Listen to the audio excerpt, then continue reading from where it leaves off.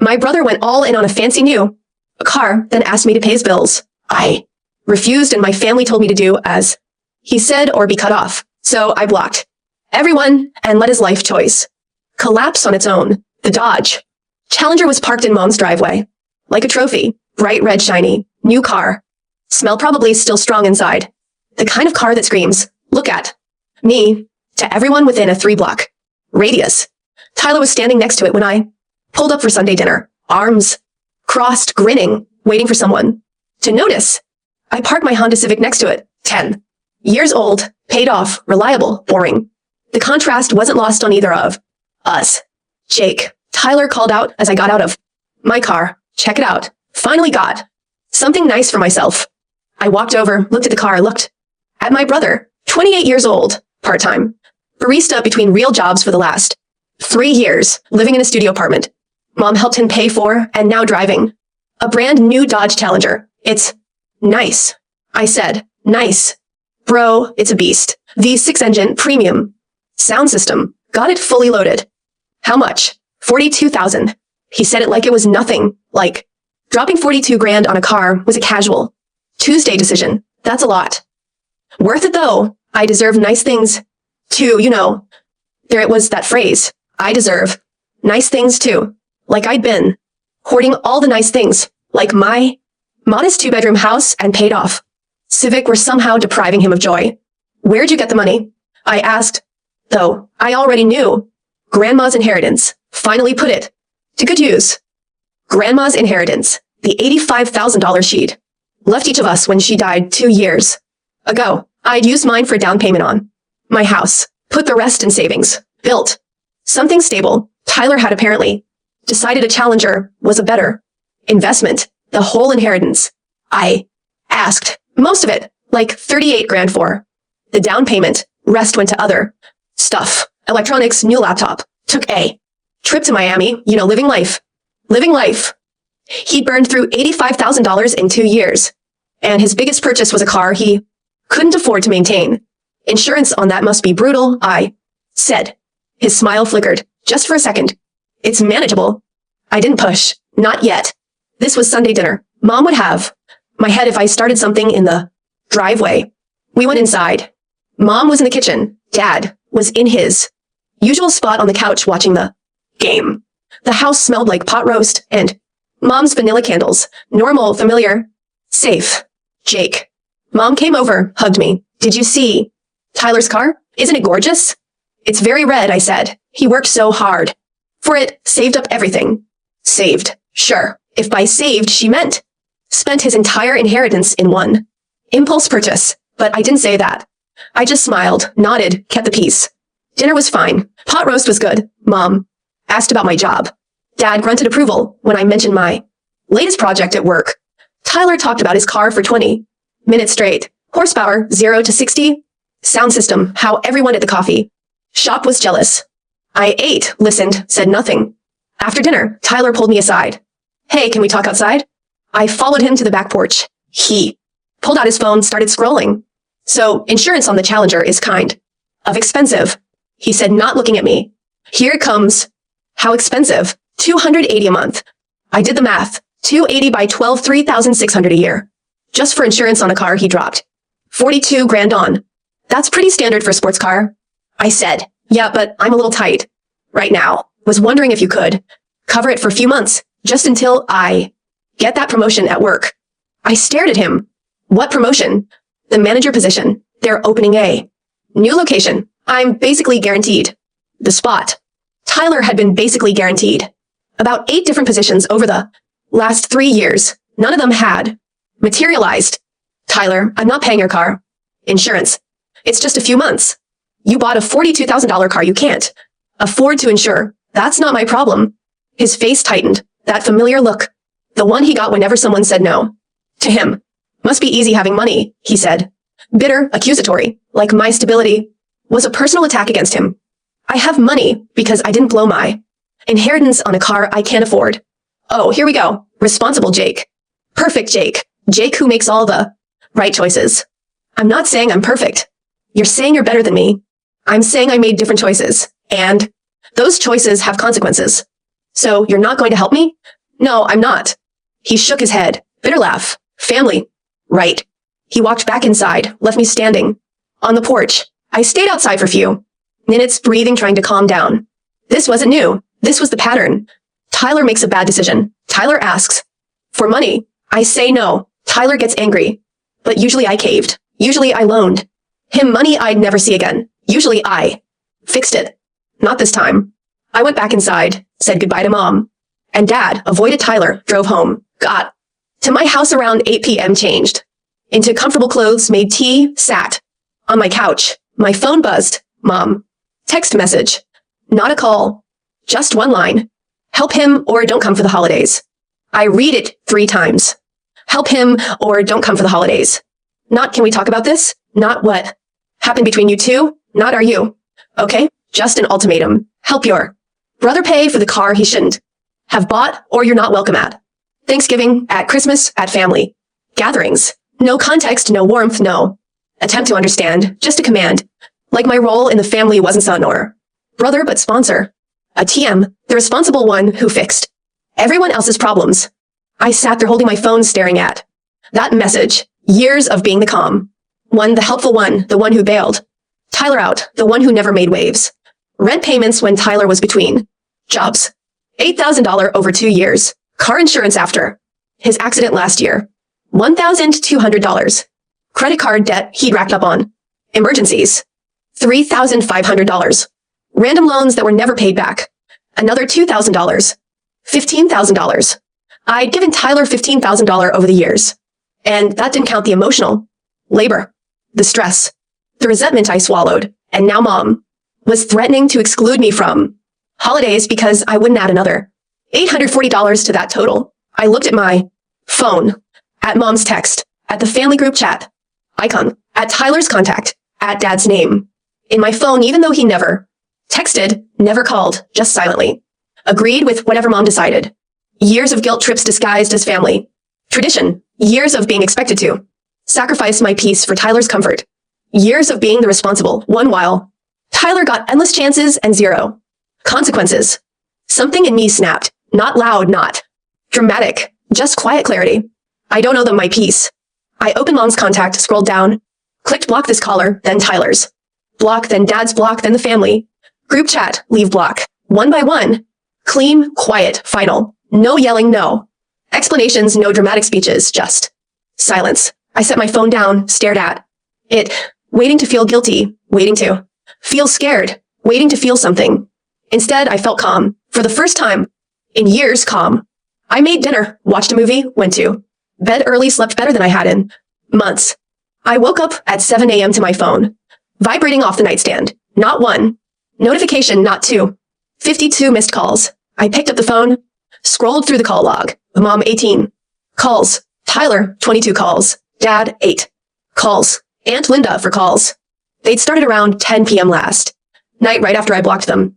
The calls came in waves, every 20 minutes, then every 10, then constantly. I opened my messages. The voicemails, 27 voicemails. I played the first one. Mom.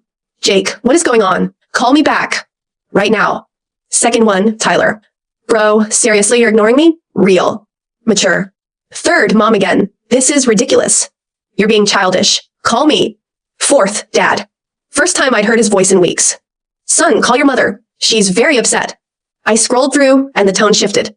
Anger to guilt, to panic, to manipulation. How dare you ignore your family? Family helps family, Jake. Always. Tyler might lose his car because of you. Grandma would be so ashamed of you right now. Fine. Fine. We're sorry. Now call us back and help your brother. Sorry. Not we were wrong. Not we shouldn't have given you an ultimatum. Just sorry as a transaction in exchange for my compliance. Then I saw the texts. I hadn't blocked Tyler's number on iMessage, just phone calls. So his text still came through. The most recent one sent at 6:47 a.m. A screenshot. His car insurance bill, $840. For 3 months, due in 5 days. Below it, you seriously going to let me lose my car? I stared at that message. Let me lose my car. Not I made a mistake. Not I'll figure it out. Not I need to get a second job. Just blame. Just expectation. Just the assumption that his problems were mine. to solve. I looked at my phone, at the 52 missed calls, at the voicemails full of guilt and anger and manipulation, at Tyler's message, at Mom's ultimatum still sitting in my blocked messages folder, and I realized something. For the first time in years, the noise wasn't inside my head. It was on their phones, and I didn't have to answer.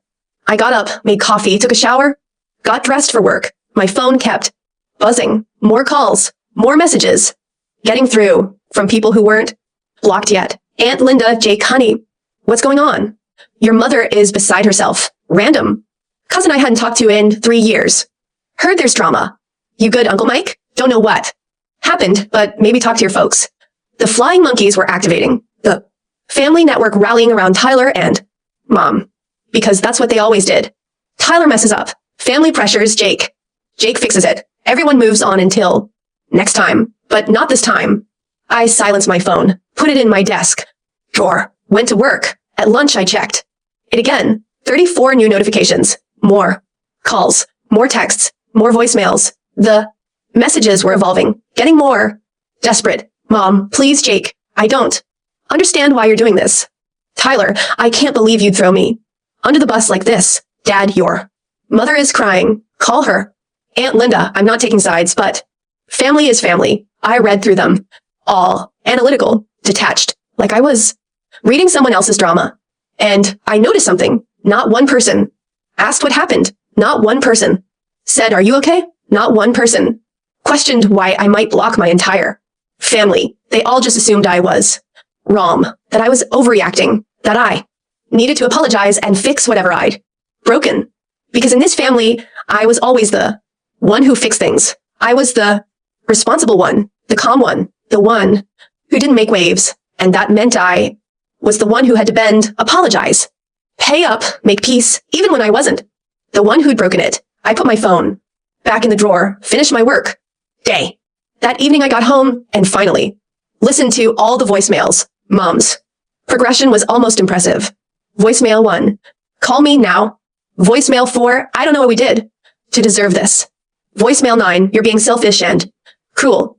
Voicemail 14, fine, don't come for Thanksgiving. See if I care. Voicemail 18, please, I'm begging you. Just help him this once. This once. Like, the other $15,000 was ancient history. Like this was the first time she'd ever asked me to bail Tyler out. Tyler's voicemails were simpler. Anger, entitlement, confusion that I wasn't responding. What the heck, man? You're really going to do this? I thought you were better than this. Mom's crying because of you, because of me, not because of the ultimatum, not because Tyler bought a car he couldn't afford because I wouldn't fix it. Dad's voicemails were the saddest. Just tired sighs. Son, please call your mother. This is getting out of hand. Like he knew, like he saw the pattern. But he'd never speak up, never take my side, never tell Mom that maybe, just maybe, Tyler needed to face consequences. I deleted all the voicemails one by one. Then I sat on my couch in my quiet house with my silent phone. And I felt nothing. Not guilt, not anger, not fear, just peace. They'd given me an ultimatum. Help him or don't come for the holidays. I'd chosen, and for the first time in my life, I'd chosen myself, even if it meant losing everyone else. My phone buzzed one more time. A text from a number I didn't recognize. I opened it. Hey, Jake, it's Aunt Linda. Using my work phone since you blocked me. I'm not mad. I get it. Call me if you want to talk. No pressure. I stared at that message for a long time. One person out of the entire family. One person who'd said I get it. I didn't respond. Not yet, but I saved the number just in case. The rest of the evening was quiet. No more calls, no more texts. Maybe they'd given up. Maybe they'd given, or maybe they were regrouping, planning the next wave of guilt. Either way, it didn't matter. The boundary was set. The line was drawn, and I was finally on my own side. Week 1 was relentless. The calls didn't stop. They adapted. When they realized I'd blocked the main numbers, they tried different approaches. Mom called from Dad's phone, blocked. Tyler called from his girlfriend's phone, a number I didn't recognize. I answered once by mistake. Jake. Finally, I hung up, blocked that number too. They tried email, my work email, which I'd never given Tyler, but somehow he'd found Subject, urgent family emergency. I deleted it without reading. They tried social media, messages on Facebook, Instagram, DMs, LinkedIn, of all places. Tyler's girlfriend sent me a friend request with a message. Please just talk to him. I ignored all of it. The flying monkeys came next. Extended family who hadn't talked to me in months, suddenly very concerned about my well-being. Cousin Jennifer. Hey, stranger, heard things are tense. Want to grab coffee and chat. Uncle Mike. Your mom mentioned you're going through something. I'm here if you need to talk. Random and I'd met twice. Family is forever, Jake. Don't let pride destroy that. Each message the same formula. Concern, understanding, then the pivot.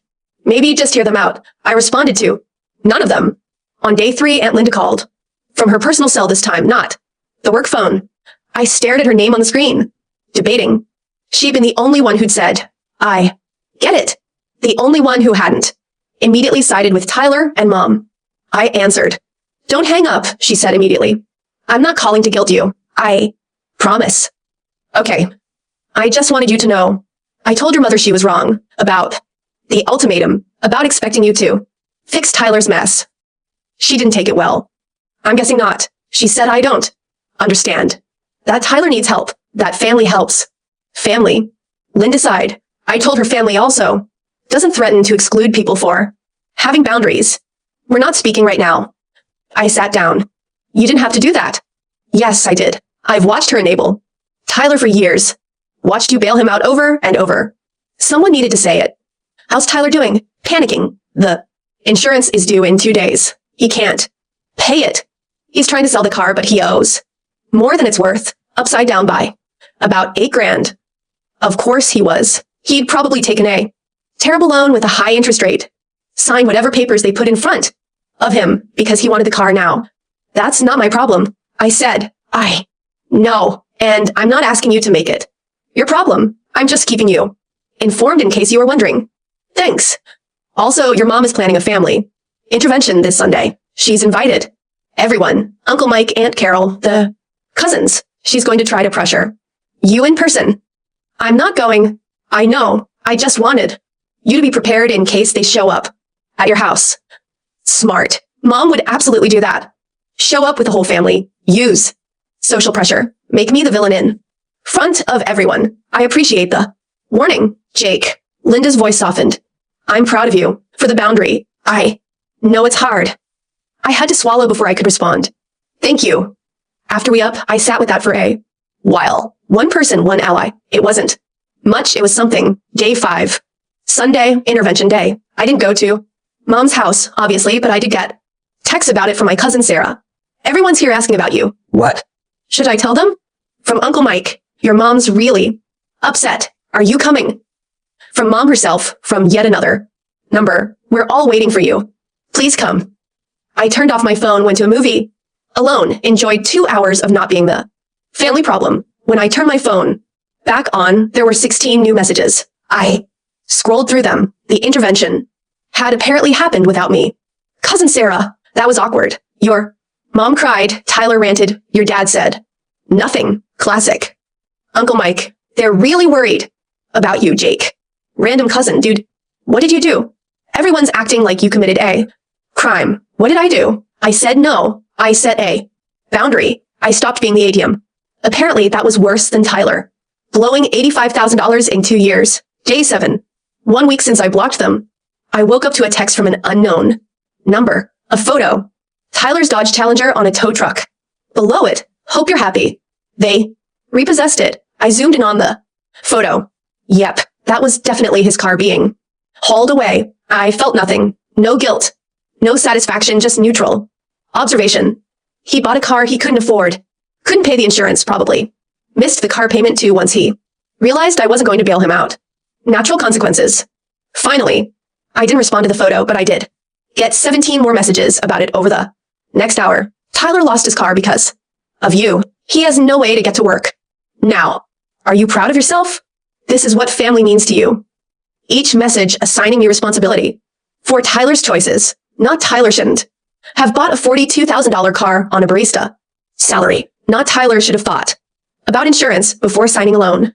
Just Jake didn't fix it, therefore Jake is the villain. I blocked each new number as it came in. By week 2, the messages slowed. The calls became less frequent. They were giving up or regrouping, hard to tell. I went to work, came home, lived my life. The quiet was strange at first, then comfortable, then necessary. I'd forgotten what it felt like to not be responsible for someone else's crisis. On day 12, Aunt Linda called again. Quick update, she said. Tyler moved back in with your parents. Couldn't afford his apartment without the car to get to work. He quit the coffee shop. Says he's looking for something closer. Okay. Your mom is struggling financially. She won't say it outright, but I can tell. Tyler's not contributing to household expenses. Your dad's pension only covers so much. I processed that. They're struggling because Tyler's living there rent-free. Yes. And they're still not asking him to get a job or contribute. No. Your mom says he needs time to get back on his feet. Back on his feet? Tyler had never been on his feet. He'd been propped up his entire adult life. That's their choice, I said. I know. Linda paused. I'm telling you because your mom will probably ask you for money soon. Not for Tyler directly. She'll say it's for groceries or utilities, something that sounds reasonable. And it'll actually be subsidizing Tyler. Yes. I'm not giving her money. Good. Don't. After we hung up, I thought about that. 10 years. I'd been bailing Tyler out for 10 years. It started small.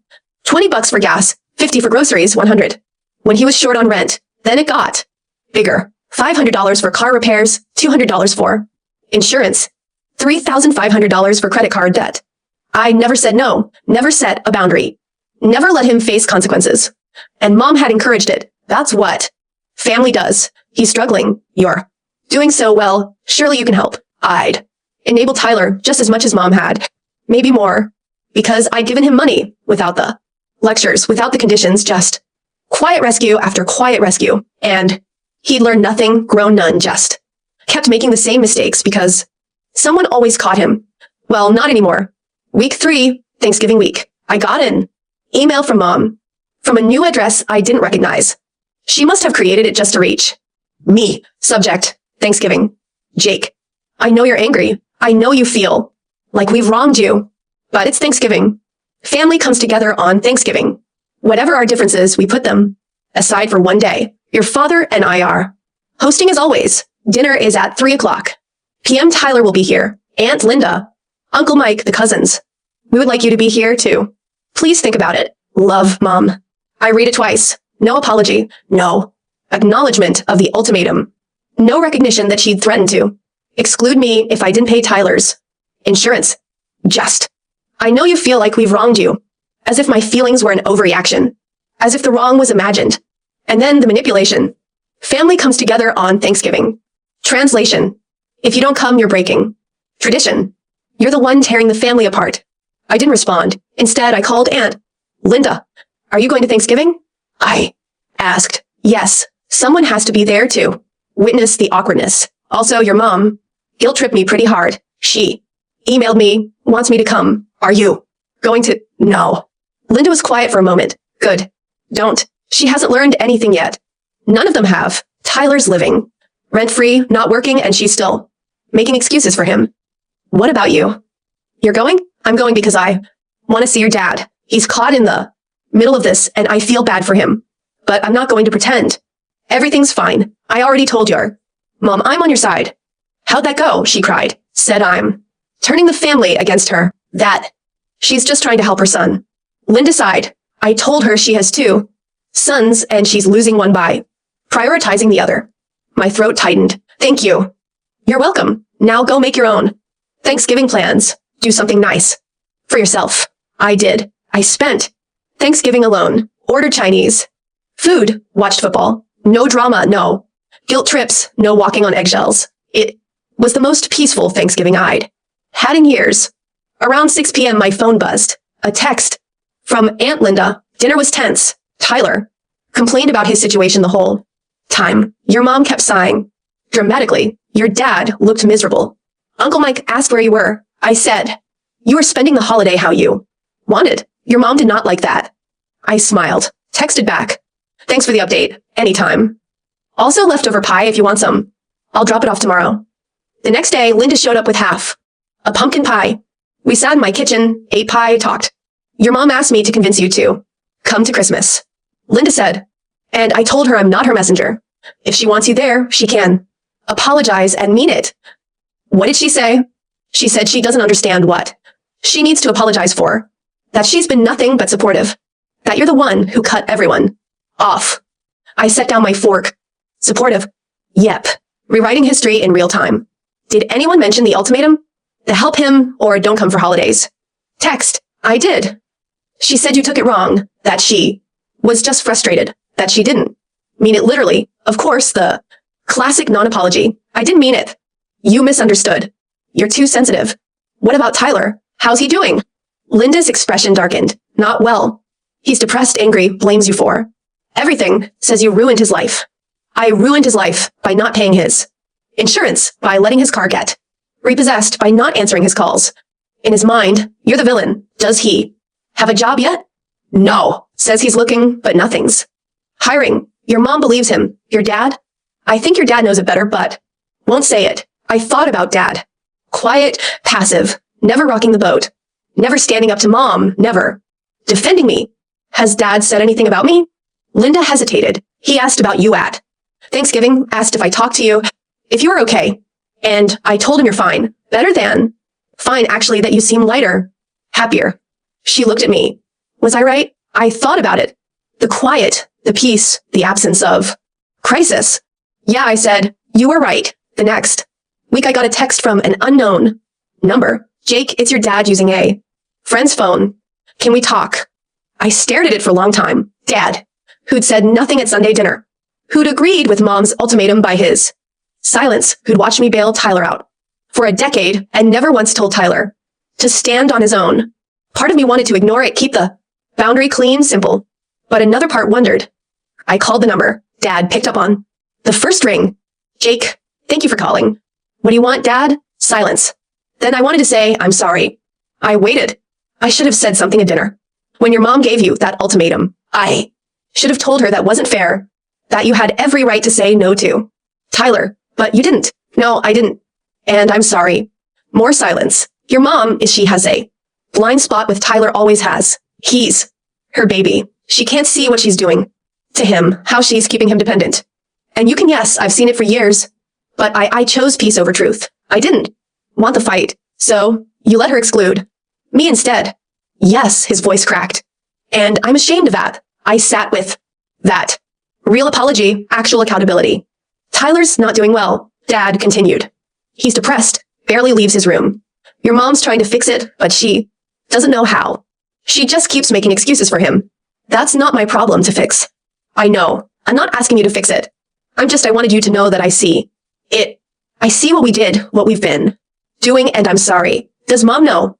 You're calling me? No, she'd be furious. Then why are you calling? Long pause. Because I miss my son. And I'm tired of choosing your mother's feelings over yours. Something in my chest loosened just slightly. I'm not ready to come back yet, I said. Maybe not ever. I don't know. I understand. But maybe we can talk sometimes like this. I'd like that. After we hung up, I sat in my quiet house. One apology, real, honest, from the person I least expected it from. It didn't fix everything, didn't undo the years of being second best, didn't erase the ultimatum, but it was something. A small crack in the wall I built, not enough to tear it down, but enough to let a little light through. December hit like a cold wind. Christmas decorations went up everywhere. Lights, trees, that particular brand of forced cheer that made everything feel performative. I decorated my house, small tree, simple. Lights. No pressure to impress anyone. Dad called twice more. Short conversations, surface stuff. How was work? How was I doing? Never pushing, never asking me to come back. I appreciated that. The space, the lack of agenda. On December 10th, I got an email from Mom. Another new address. Subject, Christmas Eve. Jake. Christmas Eve dinner is our family tradition. It's been our tradition for 32 years. Your father and I are hosting. As we always do, I'm asking you to please put aside whatever anger you're holding and come home one night for Christmas Eve. Tyler will be here. He's going through a very difficult time, and it would mean a lot to him to see you. I know you feel we've wronged you somehow, but families forgive. Families move forward. That's what Christmas is about. Dinner is at 6 p.m. Please come. Mom, I read it 3 times. Whatever. Anger you're holding like it was irrational, unjustified. You feel we've wronged you somehow. There was that word. Again, feel like it was perception, not reality. It would mean a lot to Tyler, not to her, not to Dad. To Tyler, who'd called me selfish for not paying his bills. I deleted the email. An hour later, Aunt Linda texted, got the Christmas email from your mom. Don't go if you're not ready. She's trying to use tradition as leverage. I texted back, not going. Good. I'll bring you leftovers again. The next week, the emails escalated. Mom sent 3 more, each 1 more. Desperate. Christmas won't be the same without you. Your father really wants you there. Tyler asked about you. He misses you. Tyler misses me. Tyler, who'd sent me a photo of his repossessed car with hope you're happy. Tyler, who'd spent the last month blaming me for his choices. Sure, he missed me. He missed my wallet. On December 18th, Dad called. Your mom's really struggling, he said quietly, with money, with Tyler, with everything. I'm sorry to hear that. She's too proud to ask, but we're having trouble making ends meet. Tyler's not contributing. He's not even looking for work anymore. Just stays in his room. Your mom keeps saying he's depressed, that he needs time, but it's been 2 months. Yes. Silence on the line. Are you asking me for money? I asked. No, God, no. I'm telling you what's happening so you know. Why? Because you're my son and I don't want you to feel guilty if things get worse and you didn't know. I processed that. You're giving me permission to not feel guilty. Yes. Thank you.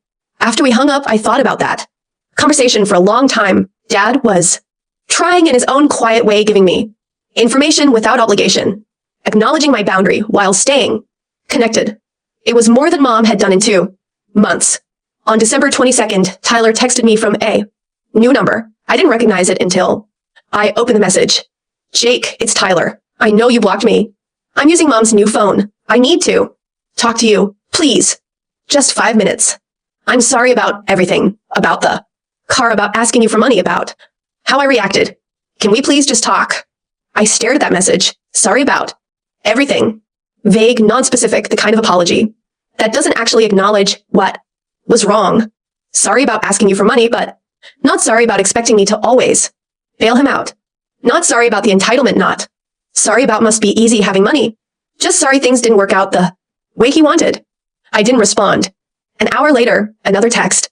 Please, Jake, I'm really struggling. I lost my car. I can't find work. I'm living with Mom and Dad at 28 years old.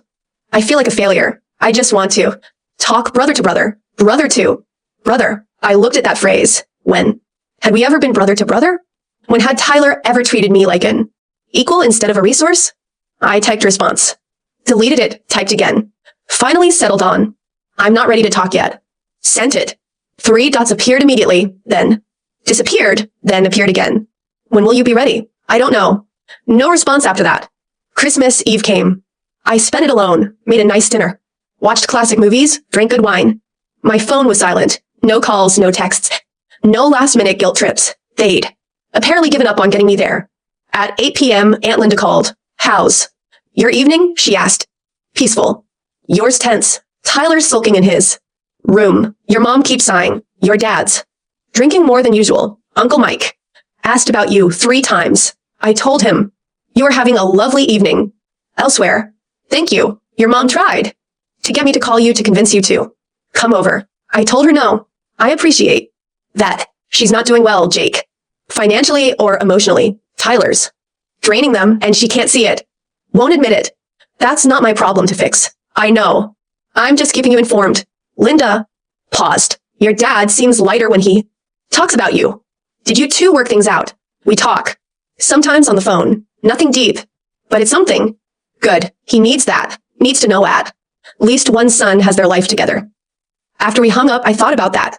At least one son has their life together. That's what it came down to, wasn't it? I'd built stability. Tyler had built nothing. I'd invested my inheritance. Tyler had spent his. I'd set boundaries. Tyler had relied on other people to set them for him. And now we were living the consequences of those choices. Me in my quiet house. Him in his childhood bedroom at 28. The week between Christmas and New Year's was strange. Liminal. The world on pause. I worked half days, took long walks. Read books I'd been meaning to get to. No family drama, no crisis, no emergency. That needed my immediate attention. It felt normal, healthy. On December 28th, I got a call from an unknown number. I answered.